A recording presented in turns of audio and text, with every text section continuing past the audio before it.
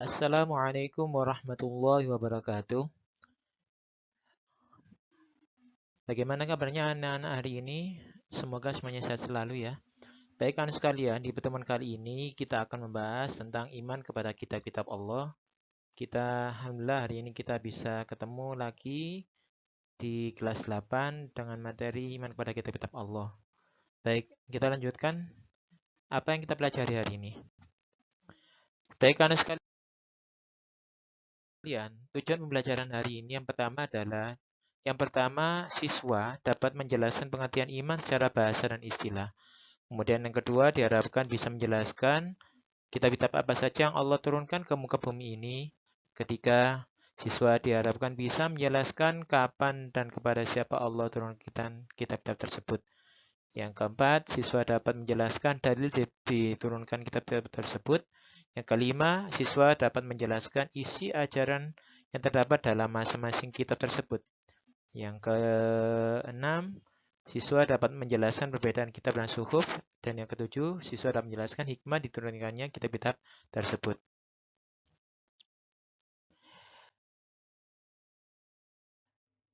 Kita mulai dari pengertian apa itu iman. Secara bahasa, iman itu adalah al-iman huwa al-yakin, yakni adalah yakin atau percaya. Secara istilah, berarti meyakini dalam hati, diucapkan dengan lisan, dan diamalkan dengan perbuatan. Kalau kita kaitkan dengan iman kepada kitab-kitab Allah, berarti kita harus meyakini sepenuh hati. Kemudian diucapkan dengan lisan dan dibuktikan dengan perbuatan bahwasanya memang kita betul-betul iman kepada Allah, kitab-kitab yang Allah turunkan. Baik yang sekarang kita pahamiskan Al-Quran dan kitab-kitab sebelumnya.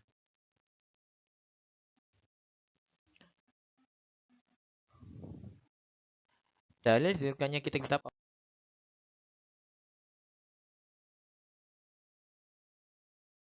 Allah adalah Quran Surah An-Nisa ayat 136. Ya ayyuhalladzina amanu aminu billahi wa rasulihi wal kitabil ladzi nazzala ala rasulihi wal kitabil ladzi anzala min qabl man yakfur billahi wa malaikatihi wa kutubihi wa rusulihi wal yawmil akhir faqad dhalla dhalalan ba'ida. Artinya, wahai orang-orang yang beriman, tetaplah beriman kepada Allah, Rasulnya Nabi Muhammad, kitab Al-Quran diturunkan dan Rasulnya. Dan kitab yang diturunkan sebelumnya, siapa yang iman kepada Allah dan malaikat kitab-kitabnya dan Rasulnya, dan hari akhir sungguh dia telah yang mengingkarinya maksudnya di sini, maka sungguh dia dikatakan sesat yang sangat jauh. Seperti itu.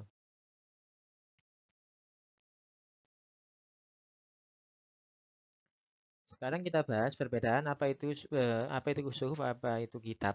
Kita mulai dari pemahaman terlebih dahulu. Suhuf sendiri itu adalah lembaran wahyu yang Allah turunkan kepada para nabi dan rasul. Ini masih berupa lembaran-lembaran. Sedangkan kitab itu adalah kumpulan suhuf yang Allah turunkan kepada para nabi dan rasul yang telah terbukukan atau terkodifikasi. Berarti kalau dari pemahaman ini, berarti perbedaannya jelas. Kalau suhuf itu berupa lembaran-lembaran saja, sedangkan kitab itu adalah dari lembaran-lembaran yang sudah dikumpulkan kemudian dikodifikasikan atau terbukukan. Itu perbedaan antara kitab dan suhuf. Kemudian, isi suhuf itu sendiri secara umum, yang pertama adalah seseorang yang berdosa tidak akan memikul dosa orang lain. Yang kedua, manusia hanya memperoleh apa yang telah diusahakannya. Yang ketiga, perbuatan manusia kelak akan diperlihatkan kepadanya, maksudnya balasannya. Yang keempat, perbuatan manusia akan diberi balasan padanya dengan balasan yang paling sempurna. Ini isi suhuf secara umumnya. Nah, suhuf ini diberikan kepada siapa saja. Nah, ini salah satunya adalah kepada Nabi Idris, Nabi Syis, Nabi Ibrahim, Nabi Musa. Terus pertanyaannya, nabi-nabi yang lain apakah mendapatkan suhuf? Iya. Nabi Nuh, Nabi Adam, kemudian nabi-nabi lain itu mendapatkan suhuf. Hanya 4 nabi saja yang mendapatkan kitab-kitab Allah atau yang Allah berikan keistimewaan atau mukjizat kitab-kitab itu. Hanya 4 nabi saja. Setelah ini kita bahas. Next. Nah, Allah menurunkan kitab-kitab itu kepada siapa saja? Yang pertama kepada Nabi Musa berupa kitab Taurat, Nabi Dawud berupa kitab Zabur, Nabi Isa berupa kitab Injil, dan Nabi Muhammad Shallallahu Alaihi Wasallam ini berupa Al-Quran yang sekarang kita pelajari ini. Jadi nabi-nabi terdahulu semuanya itu mendapatkan suhuf semuanya, tetapi ketika sudah sudah terbukukan, maka para nabi ini mendapatkan keistimewaan tadi. Jadi diturunkan berupa kitab-kitab ini, Taurat, Zabur, Injil, Al-Quran. Kemudian pertanyaan berikutnya, kapan kitab-kitab itu diturunkan? Kitab Taurat diturunkan pada abad ke-12 sebelum Masehi. Sedangkan kitab Zabur diturunkan pada Nabi Dawud pada abad ke-10 sebelum Masehi. Kitab Injil abad ke-1 Masehi. Kitab Al-Quran diturunkan pada abad ke-7 Masehi, kurun waktu tahun 611 sampai 632 secara berangsur-angsur. Ini membedakan kalau kita nabi-nabi yang lain, kalau kitab-kitab yang lain selain Al-Quran itu diturunkan langsung. Sedangkan betul berupa lembaran, tapi langsung di lembaran itu dalam artian langsung gitu. Sedangkan Al-Quran itu diturunkan berangsur-angsur. Jadi bertahap. Kemudian sekarang kita bahas kitab Taurat sendiri. Diturunkan pada Nabi Musa di Bukit Sinai atau Tursina Mesir sekitar 12 abad sebelum Masehi. Kitab Taurat ini menjadi pedoman serta petunjuk bagi Nabi Musa alaihissalam dan kaum Bani Israel. Kemudian bahasanya yang dipakai adalah bahasa Ibrani karena letaknya di sebuah kota di semenanjung Sinai, sebuah wilayah berada di negara Mesir, terletak antara benua Afrika dan Asia, sekitar 450 km dari ibu kota Kairo atau Mesir, seperti itu. Kemudian isi ajarannya yang pertama adalah kewajiban meyakini keesaan Allah, menyebut nama Allah dengan hormat supaya mensucikan hari Sabtu. Jadi hari Sabtu bagi mereka itu dalam kitab Taurat itu istilahnya hari besar mereka. Dan menghormati orang tua, larang membunuh selama manusia tanpa alasan benar, larang berbuat zina, larang mencuri, larangan berdusta atau menjadi saksi palsu, larangan berkenan berbuat zina, larangan mengambil hak orang lain. Kemudian kita lanjutkan ke kitab berikutnya dari kitab Zabur. Ini Quran surah Al-Isra, ini jelas. Dan sungguh kami telah memberikan kelebihan pada sebagian nabi-nabi atas sebagian lain yang kami berikan Zabur pada Daud. Kitab Zabur ini Allah turunkan pada Daud sekitar abad ke-10 Masehi, sebelum Masehi. Abad ke-10 sebelum Masehi. Di daerah Yerusalem, Palestina. Pokok ajaran kitab Zabur ini berisi tentang zikir, nasihat, dan hikmah, tidak memuat hukum-hukum syariat. Kitab Zabur merupakan petunjuk bagi umat Nabi Daud bertauhid kepada Allah Subhanahu wa taala. Kita ketahui bahwasanya Nabi Daud ini memiliki keistimewaan yakni beliau suaranya sangat merdu. Adapun isi ajarannya atau di dalamnya Zabur adalah pertama nyanyian kebaktian untuk memuliakan Tuhan dalam hal ini Allah, ya. Dan nyanyian para orang mazmur istilahnya orang sebagai ucapan syukur pada Tuhan atau Allah, ratapan-ratapan jamaah, ratapan dan doa individu, nyanyian untuk raja. Jadi istilahnya dalam kitab Zabur ini lebih dominan terhadap pujian-pujian seperti itu, karena tadi Allah ketika Nabi Dawud ini Allah ketika Nabi Dawud ini ada, itu Allah berikan keistimewaan salah satunya suara yang merdu. Makanya orang zaman dulu, ulama terdahulu, kalau ingin suaranya enak maka tabarukannya dengan cara gimana? Dengan cara puasa Nabi Daud. Gimana caranya? Hari ini puasa, besok enggak. Puasa sunnah ya, hari puasa, besok enggak. Puasa enggak seperti itu. Kemudian untuk kitab Injil sekarang. Secara bahasa Injil artinya adalah pengabaran yang baik atau sebagai kabar gembira. Datangnya juru selamat. Kitab Injil diturunkan pada Nabi Isa kepada kaum Bani Israel untuk mengajak menyembah Allah dan tidak menyekutukannya dengan bahasa Ibrani. Sama lagi-lagi bahasa Ibrani sama. Kitab Injil merupakan pegangan dan pedoman bagi kaum Nasrani. Istilah ya lain dalam kitab Injil tersebut dengan perjanjian baru pada tahun 60 Masehi, Injil ditulis dengan bahasa dan tulisan Suryani seperti itu. Nah, kitab Injil yang kita yakini itu adalah isinya seruan bertauhid kepada Allah, ajaran hidup zuhud dan menjauhi kerakusan terhadap dunia, menghapus sebagian hukum Taurat yang tidak sesuai lagi dengan zaman. Jadi kitab ini ibaratnya itu sebagai penguat sekaligus istilahnya nasah mansuh ya, menghapus hukum yang ada di kitab Taurat. Kemudian yang terakhir adalah terdapat keterangan bahwa kelak akan datang utusan Allah yang terakhir bernama Ahmad atau Muhammad untuk menyempurnakan ajaran para pendahulunya.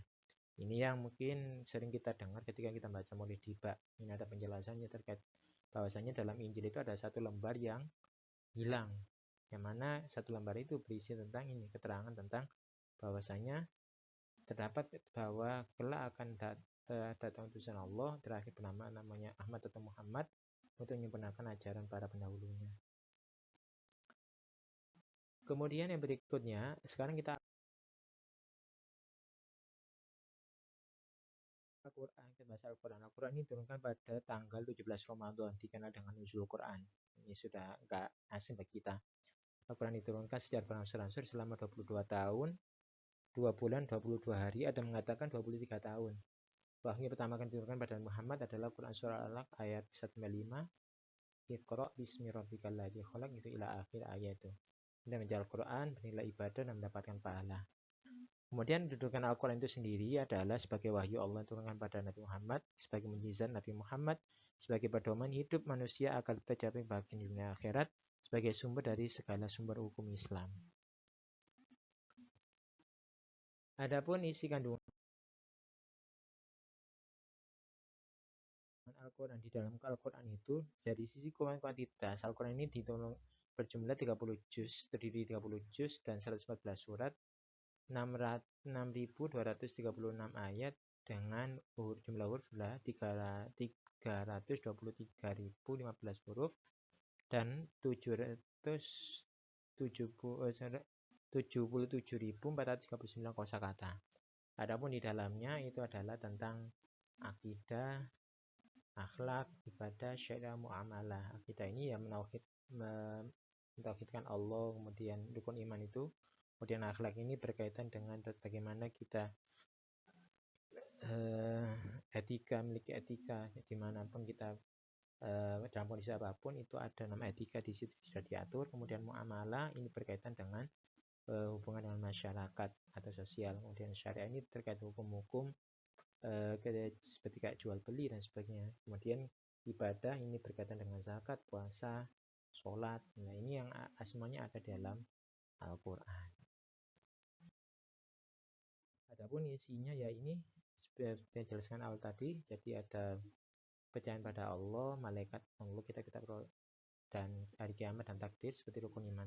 Kemudian ibadah berupa tata cara menyembah Allah, muamalah, tata cara berinteraksi dengan manusia, akhlak mengajarkan budi pekerti, karena Rasul ketika diturunkan Nabi Muhammad Shallallahu Taala Alaihi Wasallam ketika diturunkan ke alam semesta ini, tujuannya adalah liutami makarimal akhlak, yakni menyempurnakan akhlak terlebih dahulu. Baru kemudian itu juga di situ di Al-Quran di dalamnya juga ada penjelasan tentang sejarah, banyak sekali sejarah-sejarah di situ, sejarah orang-orang soleh, kemudian kisah-kisah Nabi dahulu juga ada. Kemudian syariat berkaitan dengan hubungan masyarakat perundang-undangan seperti itu. Kemudian lagi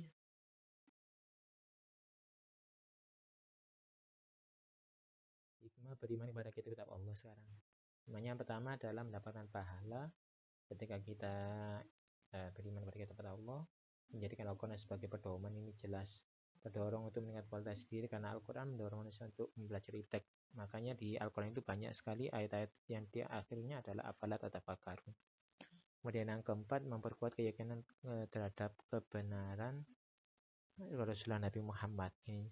Kemudian bukti pemujizatan Al-Quran sebagai kalamullah, struktur bahasanya sangat indah. Kalau dalam sisi balaghah romantik itu luar biasa indahnya Al-Quran ini. Kedua, terdapat isyarah ilmiah terkandung dalam Al-Quran. Ajaran Al-Quran sangat lengkap, sempurna, sesuai dengan situasi kondisi berlaku sepanjang zaman. Pertanyaan lupa, apakah hukum-hukum yang sekarang ini apakah masih bisa dibaca dalam Al-Quran? Masih bisa. Kembali lagi kita mau berpikir atau tidak, mau mencari atau tidak. bahasa di Al-Quran itu global. Nah, kita sama Allah diperintahkan untuk memahaminya dengan cara apa? Dengan cara mempelajari ilmu hadis, ilmu yang lain, ilmu balaghah dan sebagainya. Kemudian yang keempat, adanya ayat-ayat menjelaskan masa-masa yang akan datang. Ini jelas seperti tanda-tanda kiamat dan sebagainya. Sampai nanti kita masuk surga neraka itu seperti apa, kapan dan sebagainya. Baik anak-anak, demikian yang bisa Bapak sampaikan. Semoga pikiran bermanfaat. Terima kasih.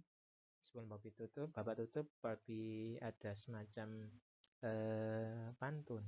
Ya, beli nangka di pasar Bungorasi. Cukup sekian kami ucapkan terima kasih. Dari Bapak, kurang lebihnya mohon maaf. Ihdinas shiratal mustaqim. Assalamualaikum warahmatullahi wabarakatuh.